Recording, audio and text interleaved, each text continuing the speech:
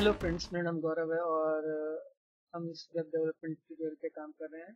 अब तक हम लोगों ने एक वेबसाइट पेज बनाई और उस पे हम लोगों ने इमेज, टेक्स्ट और एंकर टेक्स्ट अप्लाई करा। ठीक है, इस पेज की अगर हम प्रोग्रामिंग देखें तो ये कुछ ऐसी है। ठीक है, सो नाउ इस वीडियो में हम क्या करने जा रहे हैं। हमने ये जो एंकर टेक्स्ट अप्लाई किया था, in this text read about India, इस एंकर टेक्स्ट को हमें इस बॉडी के डिफरेंट डिफरेंट एलिमेंट्स के साथ में, डिफरेंट डिफरेंट टैग्स के साथ में अप्लाई करके टेस्ट करना है। ठीक है, और देखना है कि क्या हम इस एंकर टेक्स्ट को वेबसाइट के किसी भी तरह के डेटा के साथ अप्लाई कर सकते हैं कि नहीं। ठीक है, जिसका आंसर है यस, कि हम किसी भी तरीके के डेटा, लगभग किसी भी हर तरीके के डेटा के साथ में एंकर टेक्स्ट अप्लाई कर सकते हैं। उसके पहले पिछले लेक्चर्स में मैंने एक चीज छोड़ दिया था, वो ये कि अब जबकि हम HTML5 पे वर्क करने लग गए हैं, ठीक है, bye defining doc type HTML5 हमें एक डायनेमिक डिजाइन प्रोवाइड करता है, जिसका मतलब, जिसको हम बोलते हैं रिस्पॉन्सिव डिजाइन। रिस्पॉन्सिव डिजाइन का मतलब ये होता है कि as per the width of हमारी इस विड्थ के हिसाब से हमारा जो डेटा है वो अरेंज, ऑटोमेटिकली अरेंज होना चाहिए। लाइक हम देख सकते हैं, अगर मैं ये विड्थ बढ़ाता हूँ तो हमारा जो डेटा है, हमारा जो इमेज है, टेक्स्ट है, वो हमेशा वेबसाइट के मिड पे रह रहा है। और अगर मैं ये विड्थ कम करता हूँ तो अगेन अभी भी वो हमारे वेबसाइट के मिड पे है। लेकिन हमने इस इमेज के साथ में कोई स्टाइल अप्लाई नहीं किया। ठीक है, इस इमेज के साथ में हमने कोई रिस्पॉन्सिवनेस के लिए स्टाइल अप्लाई नहीं किया। तो अगर मैं इसे और फर्दर कम करता हूँ तो होता ये है कि मैं इस इमेज को कट कर दे रहा हूँ और मेरे पास एक हॉरिजॉन्टल स्क्रॉल बार अप्लाई हो जा रहा है। याद रखिए, रिस्पॉन्सिव डिजाइन को अचीव करने का सबसे अच्छा तरीका यह है कि आप कुछ ऐसा करें कि आपको ये हॉरिजॉन्टल बार कभी ना मिले।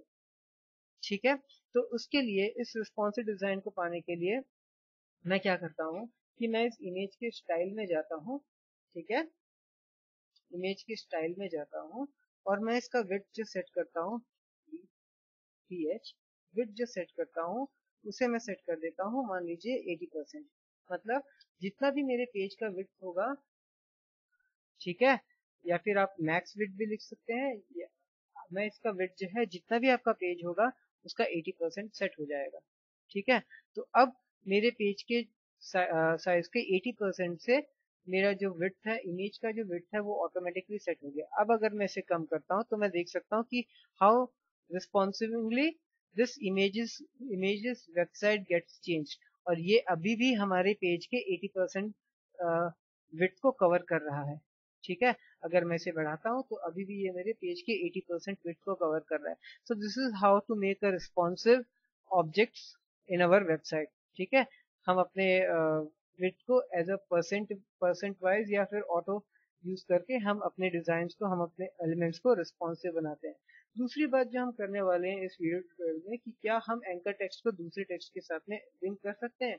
तो साथ ही में हम लोगों ने कुछ एलिमेंट्स रखे हैं अपने बॉडी के अंदर में, हेड, HR। ठीक है, ये these HR and all are the standard tags. तो इनके साथ में एंकर टेक्स्ट को अप्लाई करने में कोई मतलब नहीं है, because these are just designing tags. ठीक है, ये हमें सिर्फ एक लाइन प्रोवाइड कर रहा है। हम कभी नहीं चाहेंगे कि किसी लाइन को क्लिक करें, या अगर चाहेंगे भी तो हम उसके लिए डिफरेंट टैग अप्लाई कर सकते हैं, बट दीज डिजाइनिंग टैग्स के लिए हमारी ये एंकर टैग्स काम नहीं आते। हम एंकर टैग्स को इधर किसी भी तरह के टेक्स्ट को, या फिर किसी भी तरह की इमेज को, या फिर किसी और तरीके के फाइल्स को लिंक करने में काम करते हैं। ठीक है, तो सबसे पहला चीज जो मैं इंक्लूड करना चाहूंगा कि मैं चेक करता हूँ कि अगर किसी पैराग्राफ के बीच के किसी ऑब्जेक्ट में मैं ये हाइपरलिंक अप्लाई करना चाहूँ तो क्या मैं ये ऐसा कर सकता हूँ। तो मैं एक पैराग्राफ लिखता हूँ। Let's suppose we have a paragraph here.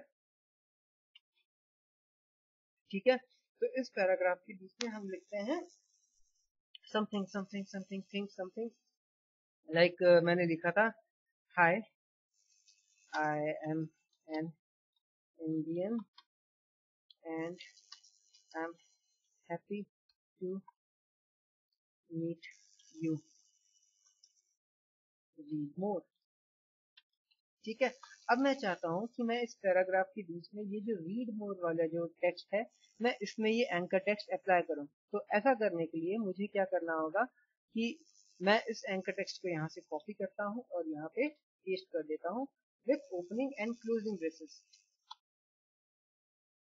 ठीक है। अगर हम ऐसा नहीं करते, मान लीजिए कि अगर मैं यहाँ पे ये क्लोजिंग ब्रेसेस नहीं अप्लाई करता, इसका सिग्निफिकेंस ये है कि अगर मैं यहाँ पे क्लोजिंग ब्रेसेस अप्लाई नहीं करूँ तो जब तक ये ब्रैकेट क्लोज नहीं होता, जब तक ये टैग क्लोज नहीं होता, उसके बीच के सारे टेक्स्ट इस क्लास के अंदर आ जाएंगे, इस टैग के प्रॉपर्टीज में आएंगे। ठीक है। तो अगर मैं इसे ऐसा रीड करता हूँ तो हम अगर इसको करें तो देखिए नहीं, ना कि सिर्फ रीड मोर, बट ये पूरा जो टेक्स्ट है, ये मेरा पूरा टेक्स्ट हाइपरलिंक हो गया है। ठीक है। हाइपरलिंक होने की वजह से देखिए आप हमारे यहाँ पे साइड में एक लिंक अपीयर होता है जो कि हमें प्रूव करता है कि जो आपका टेक्स्ट है वो हाइपरलिंक हो चुका है। ठीक है। तो इसलिए इट इज वेरी इंपॉर्टेंट हमें जिस टेक्स्ट को, जिस डेटा को हाइपरलिंक करना है, यहाँ कोई भी टैग के बीच में रखना है तो हम उसे टैग क्लोज करें।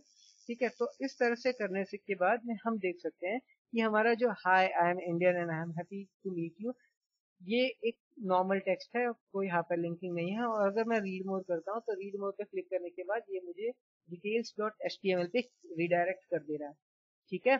तो इस तरीके से किसी भी पैराग्राफ के अंदर, किसी भी पर्टिकुलर टेक्स्ट के अंदर हम हाइपरलिंक अप्लाई कर सकते हैं। मैं चाहता हूँ कि अब my country is India and I love it पे जब मैं क्लिक करूँ तो मुझे मुझे पर्टिकुलर इस इमेज को रिडायरेक्ट कर दे। ठीक है। या फिर मुझे पर्टिकुलर ये फ्लैग दिखाए। तो उसके लिए मैं क्या करता हूँ, मैं अपने हेडर टैग में जाता हूँ और ये एंकर टेक्स्ट अप्लाई कर देता हूँ। ठीक है, लाइक दिस, और मैं इसे क्लोज कर देता हूँ लाइक ए। ठीक है। अब जब मैं इसे रिफ्रेश करूंगा तो ऑब्वियसली बात है कि ये मेरा इस पर्टिकुलर details.html से लिंक हो गया। ठीक है। पर detail.html तो ठीक है, लेकिन क्या मैं इसे इमेज से लिंक कर सकता हूँ? तो लेट्स ट्राई। तो हमारे पास जो इमेज था वो था हमारा ing/india.jpg। ठीक है। तो अगर मैं इससे लिंक करता हूँ और मैं इस पर क्लिक करता हूँ तो ऑब्वियसली बात है कि ये क्या कर रहा है, ये एंकर टैग ना ही सिर्फ एक HTML पेज को बट एक प्रॉपर फाइल को भी मुझसे सोर्स में कनेक्ट कर दे रहा है और उसे वो डिस्प्ले कर रहा है। हालांकि ये जो एक फाइल है ये सिर्फ एक इमेज फाइल है, क्योंकि अगर मैं इसका सोर्स देखना चाहूंगा तो मुझे इसमें कोई सोर्स नहीं मिलेगा, because this is just a kind of image file. ठीक है। सो इसलिए हम लोग किसी भी तरीके से इस एलिमेंट्स को, एंकर एलिमेंट्स को दूसरे HTML टैग्स के अंदर में यूज कर सकते हैं जहां पे कोई डेटा हो और हमें उनको लिंक करना हो। अब सपोज कि मुझे इस इमेज को लिंक करना है इस पेज से, कि जब मैं इस इमेज पे क्लिक करूं इस details.html पे चला जाए और हमारे पास इमेज टैग है यहाँ पे। ठीक है। तो इसके लिए मैं क्या करूंगा, मैं इस एंकर को कॉपी करता हूँ और मैं इसे यहाँ पे पेस्ट कर देता हूँ ताकि ये एंकर टैग मेरी इमेज के साथ से लिंक हो जाए। ठीक है। Control C and control V, control S। अब क्या होगा, अब जैसे ही मैं इस इमेज पे अपना माउस लेके आऊंगा, ठीक है, मेरा पॉइंटर चेंज हुआ और ये बताने लग गया कि मेरा जो पेज है ये लिंक हो चुका है। ठीक है। नॉट विथ इंडिया, बट मुझे लिंक करना था इसे details.html से। ठीक है। रिफ्रेश करें तो अब अगर मैं इस पे क्लिक करता हूँ तो सॉरी, डिटेल्स S। ओके। ठीक है। अब मैं रिफ्रेश करता हूँ और जब मैं इसमें जाऊंगा तो मुझे सॉरी अगेन, सॉरी या हमारा नेविगेशन लुक, कितना जरूरी है नेविगेशन। ठीक है। तो हम इस अब इमेज पे क्लिक करेंगे तो मेरा details.html मुझे अपीयर होगा। इसका मतलब ये कि हम इमेज को भी एंकर टेक्स्ट से हाइपरलिंक कर सकते हैं। सो इस ट्यूटोरियल में बस इतना ही कि हम एंकर टेक्स्ट को डिफरेंट एलिमेंट्स के साथ में कैसे यूज कर सकते हैं और कैसे हम अपने डिफरेंट एलिमेंट्स को दूसरे पेजेस या दूसरे एलिमेंट्स के साथ में लिंक कर सकते हैं। ठीक है। अगले ट्यूटोरियल में हम देखेंगे कि कैसे हम इन एंकर टैग्स को और डिफरेंट इमेजेस को थोड़ा सा और स्टाइल करेंगे और उसके बाद हम बढ़ेंगे हमारे CSS के लेक्चर की। तो तब तक के लिए happy programming, happy coding and love India. Subscribe करना मत भूलिएगा ताकि आप इसके आगे और पढ़ पाएँ और प्रैक्टिस कर पाएँ और जान पाएँ। Thank you.